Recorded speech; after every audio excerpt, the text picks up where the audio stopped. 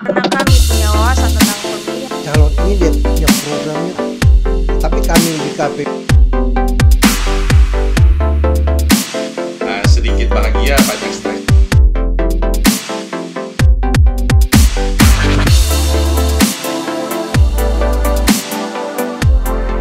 Selamat pagi teman pemilih. Jumpa lagi dalam program podcast KPU Provinsi Nusa Tenggara Timur, Beta Pilih.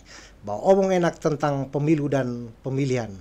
Selama 30 menit ke depan bersama saya Edi Dias, kita akan bincang-bincang tentang pemilu dan pemilihan, khususnya data pemilih dari perspektif pemilih pemula di Kota Kupang. Nah, kali ini di ruang podcast KPU Provinsi Nusa Tenggara Timur telah hadir tamu spesial kita. Nah, dia seorang perempuan masih muda, pemilih pemula juga. Nah, ini yang membuat kami bangga karena untuk pertama kalinya di program ini kami hadirkan seorang pemilih pemula di Kota Kupang. Nah, kita langsung perkenalkan saja dengan yang bersangkutan. Hai adik Resa, selamat pagi. Selamat pagi Pak, selamat pagi teman pemilih. Apa kabar ini? Puji Tuhan, baik. Oh iya ya. Nah, adik Resa, bisa langsung perkenalkan diri, mungkin teman-teman pemilih mau kenalan, silakan. Halo, selamat pagi teman pemilih. Perkenalkan, nama saya Crescentia Karonia Aprianita Tibun. Nah, teman pemilih bisa sapa saya dengan sebutan Resa. Saya ini adalah Ketua OSIS SMA Katolik Giovanni Kupang. Nah, pada kali ini kami akan berbincang tentang Beta Pilih atau beromong enak tentang pemilu pemilihan KPU Provinsi NTT tahun 2022. Wah, mantap, keren ya. Seorang muda masih kelas 2 ya adik ya? Ya, kelas 2 udah ketua OSIS. Kapan ya jadi ketua OSISnya ini? Ketua OSISnya pelantikan bulan Februari 2022 juga. Oh, profisiat ya.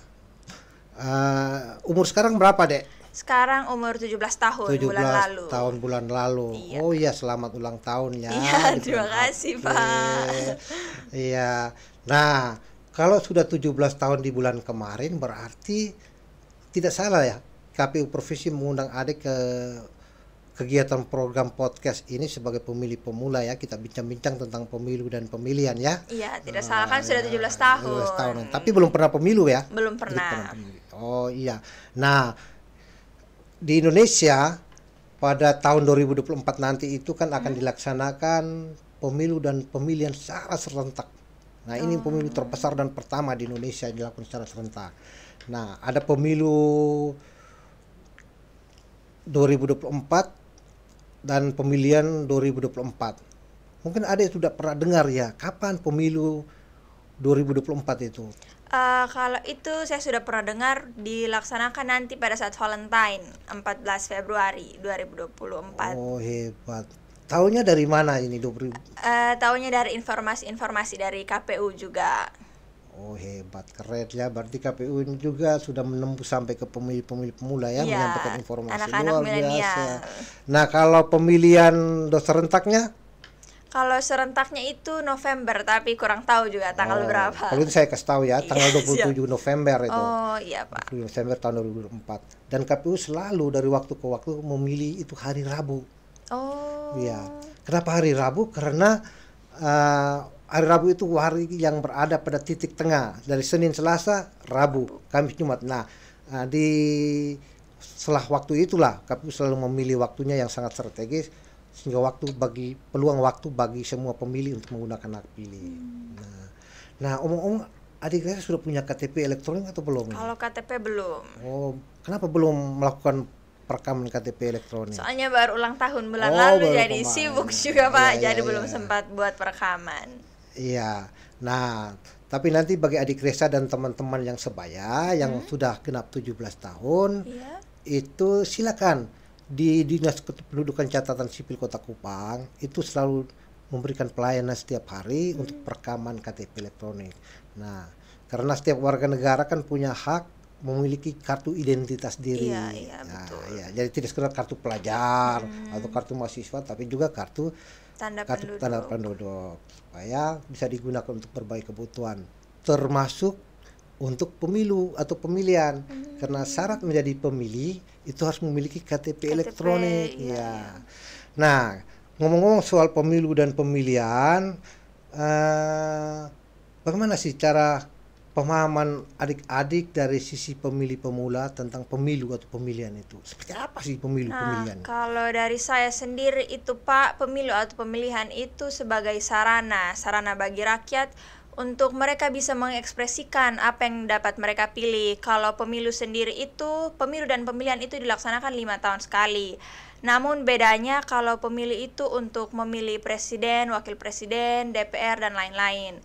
Kalau pemilihan atau pilkada itu biasanya lebih bersifat kedaerahan, sama juga dilaksanakan 5 tahun sekali, tapi itu lebih ke gubernur dan wakil gubernur. Oh iya ya. Woi, dari penjelasan ini ya setidaknya sebagai seorang pemilih pemula lumayan lah sudah punya pengetahuan sedikit tentang pemilu itu apa, pemilihan itu apa, ya. Jadi ya luar biasa. Tapi di kalangan adik-adik dengan teman-teman, apakah pernah tidak ngobrol-ngobrol sedikit tentang pemilu ini untuk apa ya? Atau pemilihan ini untuk apa sebenarnya ini? Kalau itu sih mungkin jarang ya Pak, tapi kalau misalkan ada bahas-bahas soal nanti pasti ada pemilihan, terus ada teman-teman yang enak ya mereka sudah bisa pilih, maksudnya saya juga kepengen untuk pilih begitu, jadi punya kayak impian sendiri supaya cepat 17 tahun supaya bisa pilih sudah. Jadi begitu. ada kerinduan ya? Ada, pasti ada. Sekaligus menyatakan bahwa saya sudah 17 tahun, saya sudah dewasa loh. Iya, saya sudah punya hak dewasa. untuk memilih kan. Luar biasa. Nah, dari pandangan teman-teman adik-adik sebagai pemilih pemula, nah apa pentingnya buat adik-adik sebenarnya?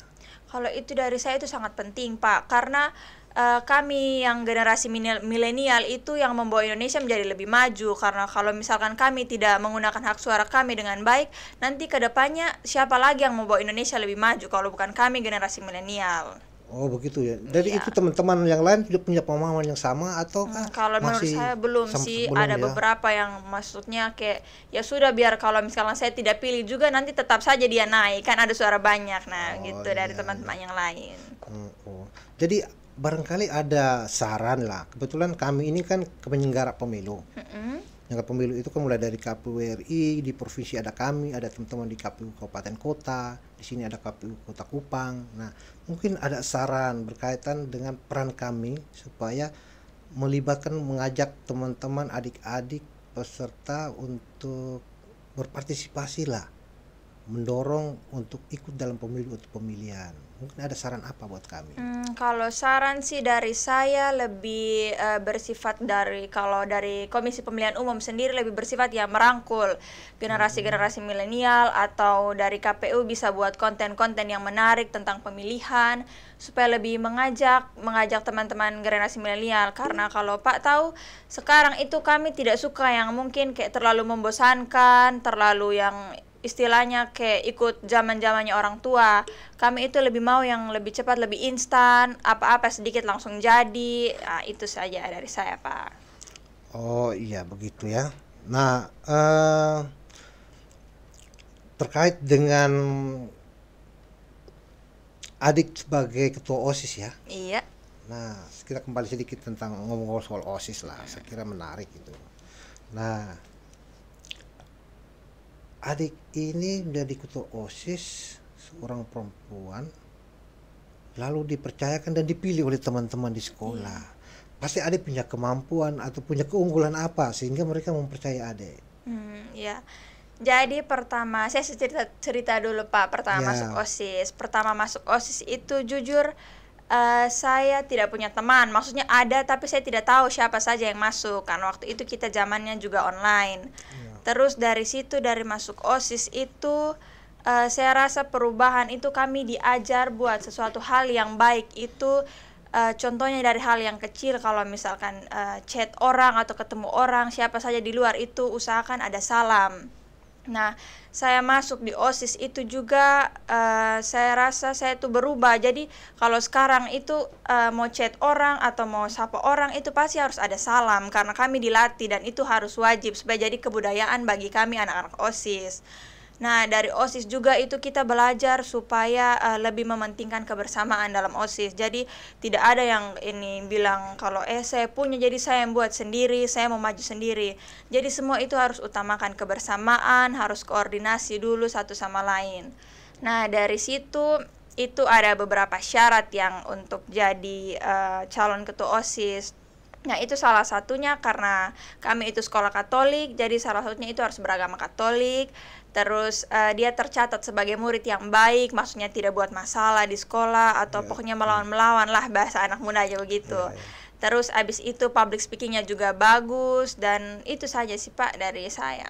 Oh ya, dan adik memiliki keunggulan itu ya? Iya, memiliki. Luar biasa sehingga dipercaya. Nah, akan lebih menarik kalau kita sedikit mendalami sedikit proses pemilihan ketua OSIS ya. Iya. Nah, tadi ada sedikit menyinggung soal syarat menjadi calon. Iya. Oke, tapi jauh sebelum itu, sepengetahuan adik apa saja yang dilakukan oleh pihak sekolah ketika masuk masa suksesi pemilihan ketua OSIS? Apa persiapan yang dilakukan? Kalau persiapan yang pertama pasti kami data dulu ada berapa orang di sekolah. Nah, itu datanya itu dari guru, pegawai, dan seluruh siswa. Jadi ada yang bertugas mendata guru, terus ada juga yang bertugas mendata teman-teman siswa per kelas. Jadi angkatannya, mungkin angkatan kelas 10 itu ada berapa orang, satu kelasnya itu berapa orang, kelas 11, terus juga kelas 12. Jadi semua didata, dikumpulkan satu kali, baru dicetak, dihitung surat suaranya itu harus ada berapa, begitu. Oh, ya itu mendata sebagai pemilih nanti. Iya, sebagai pemilih. Sebagai pemilih itu tidak saja siswa tapi juga para guru di sekolah. Semua anggota sekolah. Intinya dia dalam konsep SMA Katolik Giovanni Kupang.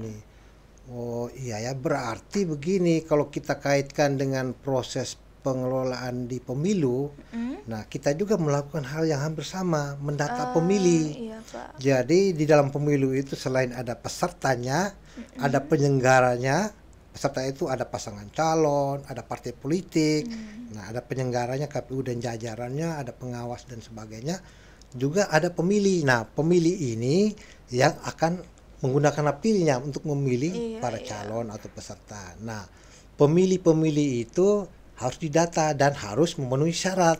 Oh, jadi harus pakai syarat. Harus syarat. Memang aturan mengatakan semua warga negara yang sudah genap 17 tahun atau belum punya hak untuk memilih. Tapi ketentuan berikutnya harus terdaftar. Nah, untuk bisa didaftar maka ada syarat-syaratnya.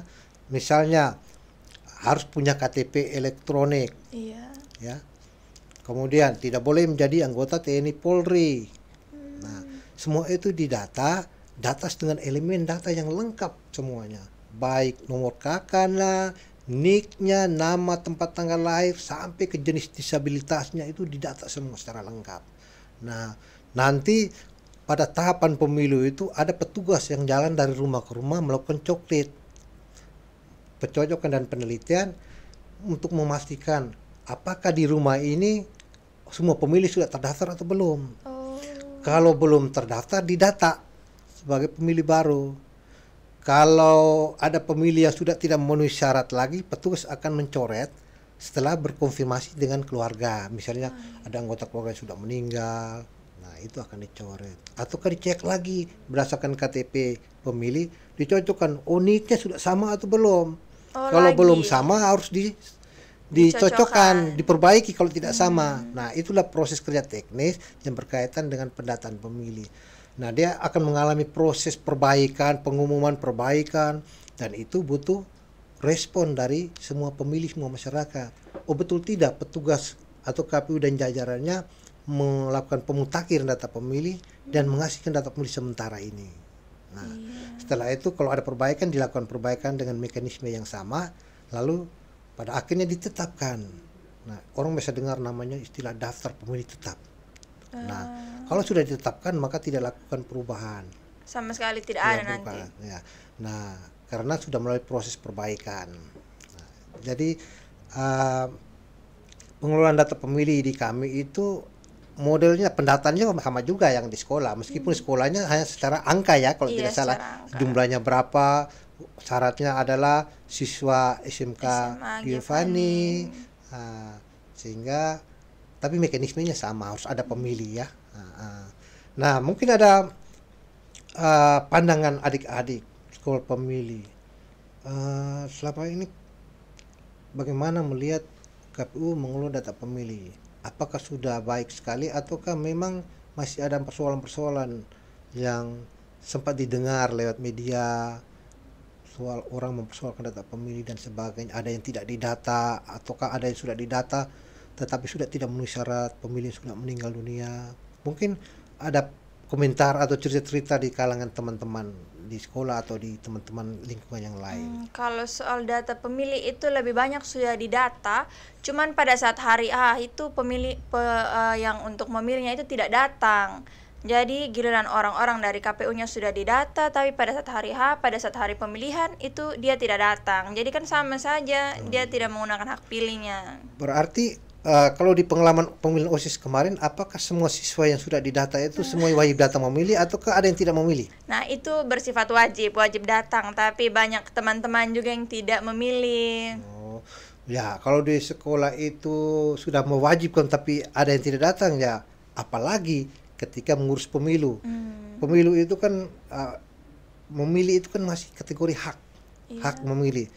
Sekalipun sudah didata tapi orang merasa bahwa tidak penting atau untuk apa saya membuang waktu saja untuk ke TPS, calonnya itu begitu-begitu saja.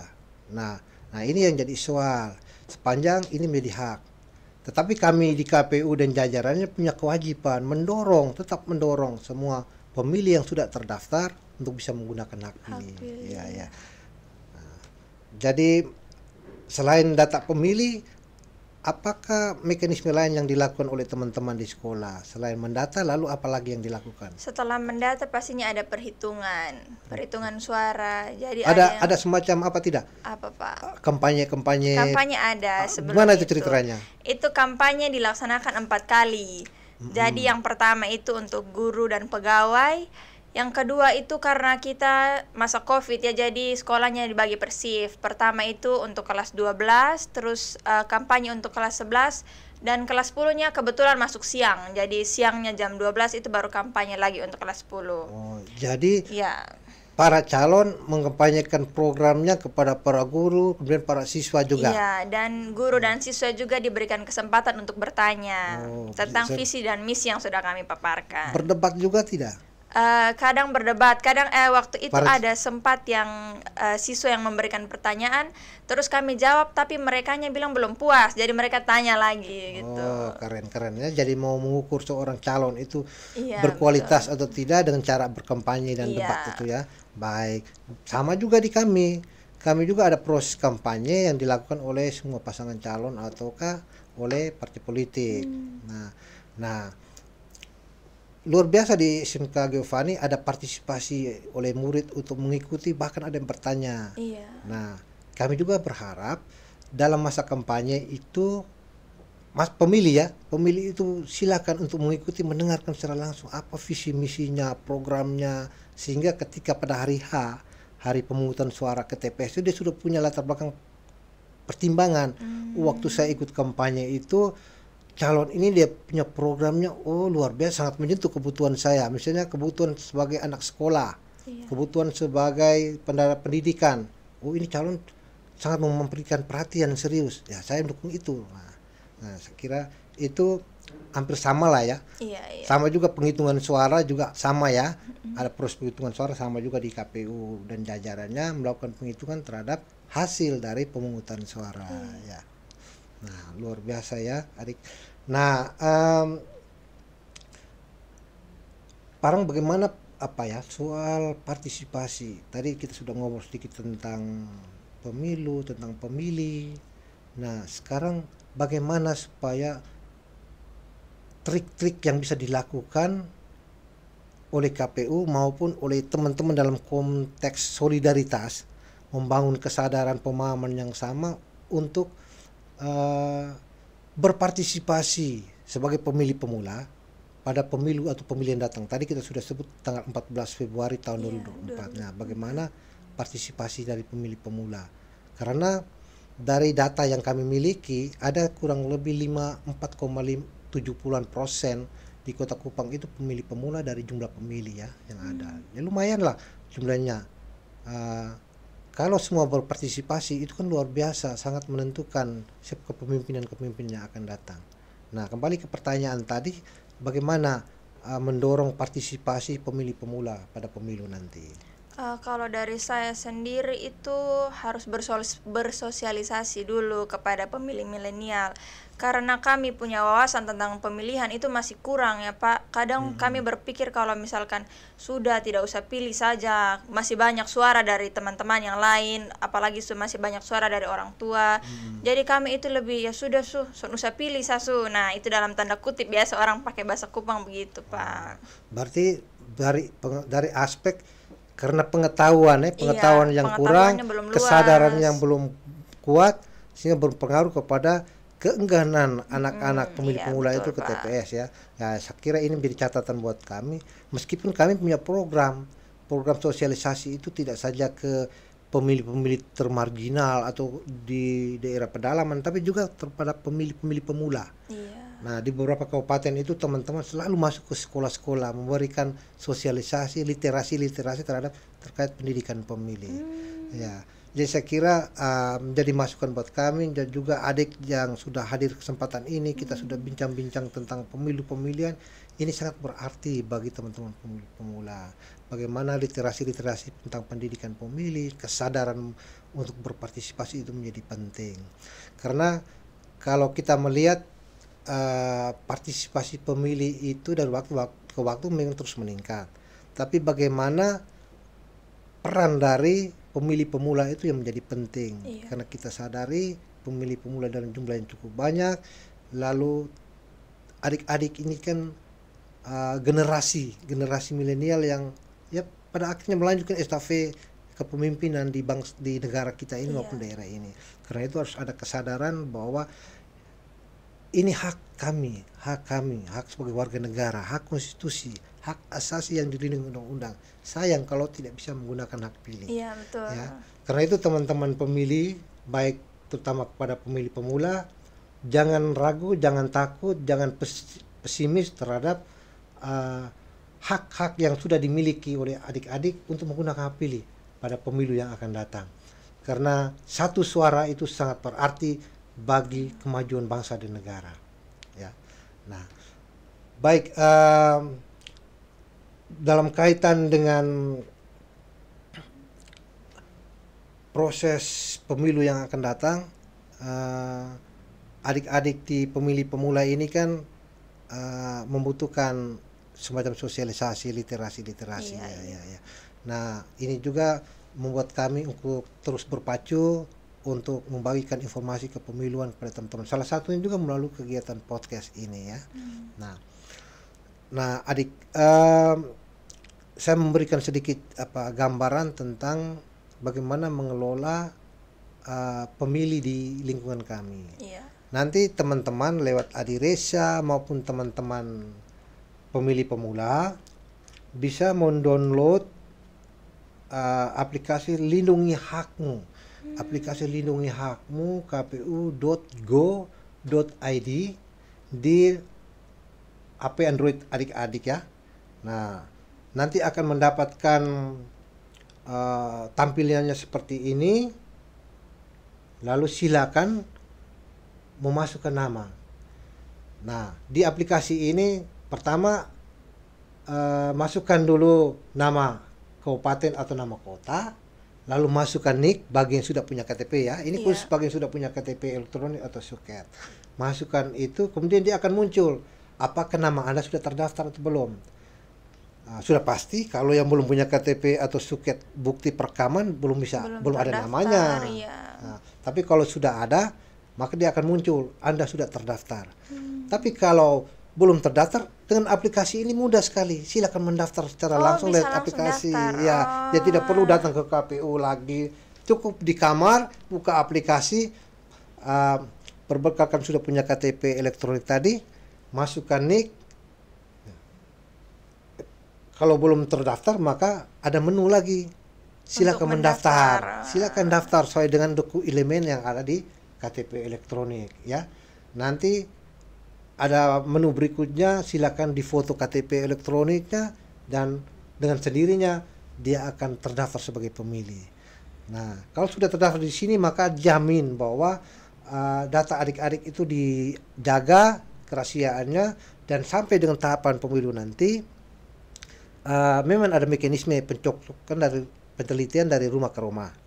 Tapi kalau nama adik-adik sudah ada, ya tinggal petugas centang-centang saja. Oh, sudah ada. Sudah terdaftar. Ya.